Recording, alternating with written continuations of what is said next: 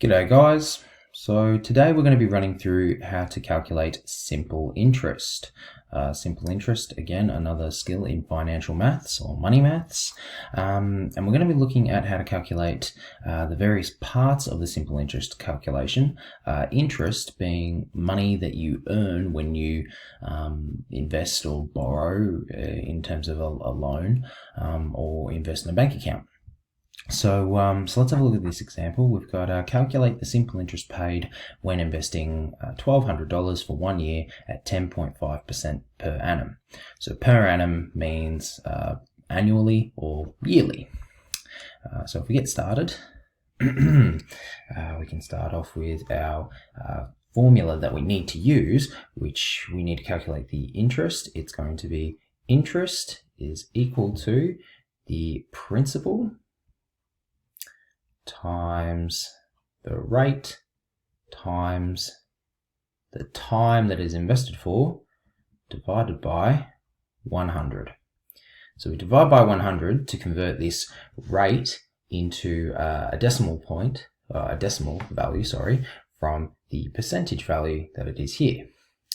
So let's run through the various parts. Our principal amount is the amount of money that we start with and invest, and that is going to be $1,200.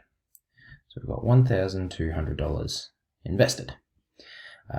We're going to multiply that by the rate at which the money is invested for, which is 10.5%. So we're going to multiply that by 10.5. And we're going to multiply that for how long it is invested for. It was invested for 1 year per annum. Now this is important. If this was per half year that it was the simple interest was calculated, then the calculations would be calculated twice in that year, so the time would be 2. But in this instance, we're just going with 1 year per annum, so 1 year calculated annually. So during that time, our interest will be calculated once. And we're going to divide that by 100. So you plug that into a calculator or do it in your head if you're really good at that sort of stuff, and you will end up with an earning of $126. So fantastic, perfect. We've figured out how much interest this is going to earn. Now, a lot of these questions will go the next step further, which is, well, what will be the amount in the bank account, or the amount that has been at the end of the loan, or at the end of the life of the account, or at the end of the year. So to calculate that, it's simple again. Amount is equal to principal plus interest, which is equal to 1,200 plus 126, which at the end of the life of the account you should expect to have $1,326 in the account. So that is calculating simple interest from a question like this. Now, a lot of the times we need to figure out the other parts of the simple interest equation. For example, in the next example,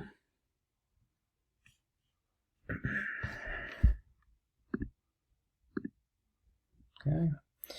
So our next example reads as such: if Josh invested $10,000 for 5 years and received $3,750 interest, what is the interest rate he received for his investment? So this isn't trying to figure out the interest, this is trying to figure out the rate, the percentage rate that we were calculating the interest at. So to do this, we can do this. We can do this by transposing our original equation to make it equal rate instead of making it equal interest. I'm going to do that immediately for you guys. I'm just going to give you that equation that you're going to be using. The equation that you will be using is rate is equal to 100 times the interest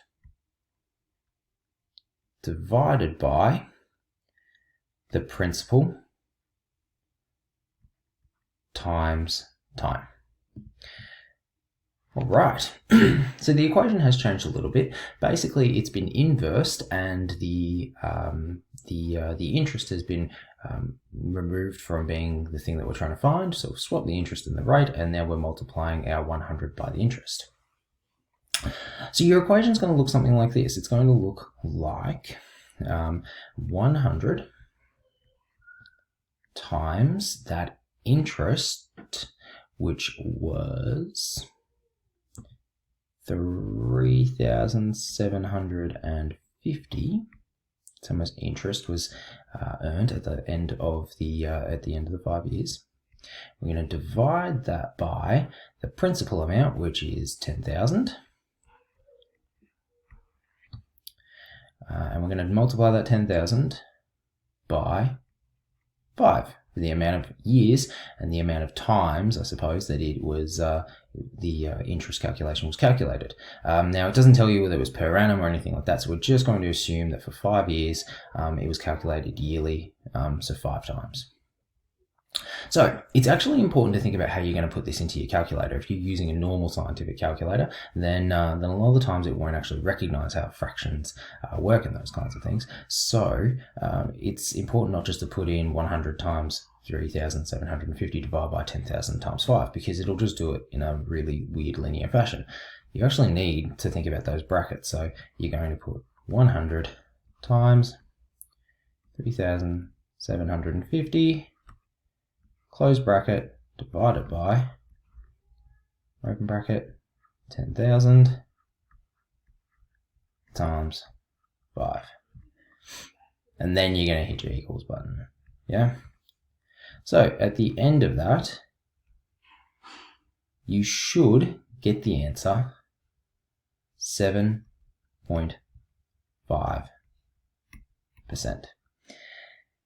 and this is true. This makes sense. If we were to multiply 10,000 times 7.5 over 5 years, you should get 3750 as your answer. The last one, and I don't have an example for this one, but I will give you how to calculate it. You know, we've gone through calculating interest, we've gone through calculating the rate. If you were to transpose the equation for the other two examples, then it's still just as simple. It just becomes, for example, time is equal to 100 times interest divided by principal times rate. It's a bit messy, rate. And then you could have principal is equal to 100 times the interest divided by rate times time. Basically, whichever one you're trying to find out, the other two are what you're multiplying underneath as your denominator in your fraction. Okay, so we've run through the simple interest skills. It's a bit of a longer video, I know, and feel free to come back to it whenever you need to check out and try and remind yourself how to do these skills. All right, thanks.